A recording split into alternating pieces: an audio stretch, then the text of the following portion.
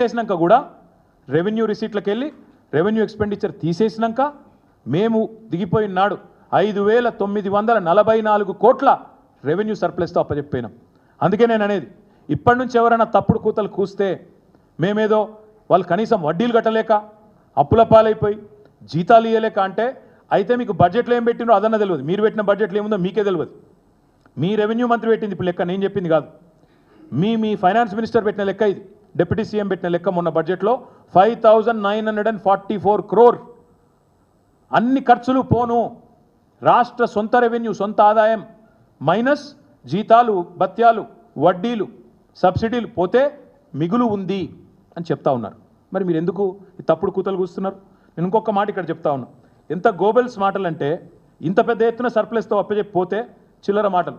7 లక్షల కోట్ల అప్పులు. ఈ 7 లక్షల కోట్ల అప్పులు అనే దానికంటే అంతకంటే పెద్ద అబద్ధం ఇంకోటి లేదు. నిజానికి అబద్ధానికి అంగిలాగు దొరికితే ఇప్పుడు అనుముల రేవంత్ రెడ్డి అవుతాడు. అబద్ధానికి అంగిలాగు దొరికితే అనుముల రేవంత్ రెడ్డి అవుతాడు. గింత చిల్లరన ఒక ముఖ్యమంత్రి అంటాడు. కేసీఆర్కు 1000 ఎకరాల ఫామ్ హౌస్ ఉందట.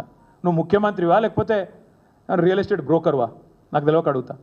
1000 ఎకరాల ఫామ్ హౌస్ ఉందా కేసీఆర్కి? నీ దగ్గరనే ఉంది కదా మొత్తం రెవెన్యూ రికార్డ్స్, బయట పెట్టు. కేసీఆర్కు 1000 ఎకరాల ఫామ్ హౌస్ ఉంటే నీకు రాసిస్తాం, చలో నిజంగానే ఉంటే చూపెట్టు, బయట పెట్టు.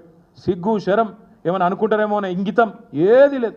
ఏది పడుతుంది ఉర్రాలే, మీడియా మేనేజ్ చేయాలి, నా డబ్బాలో వచ్చినట్టు చూసుకోవాలి, యూట్యూబ్లలో ఆన్లైన్లో చిల్లర ప్రచారాలు చేయాలి, గంతే.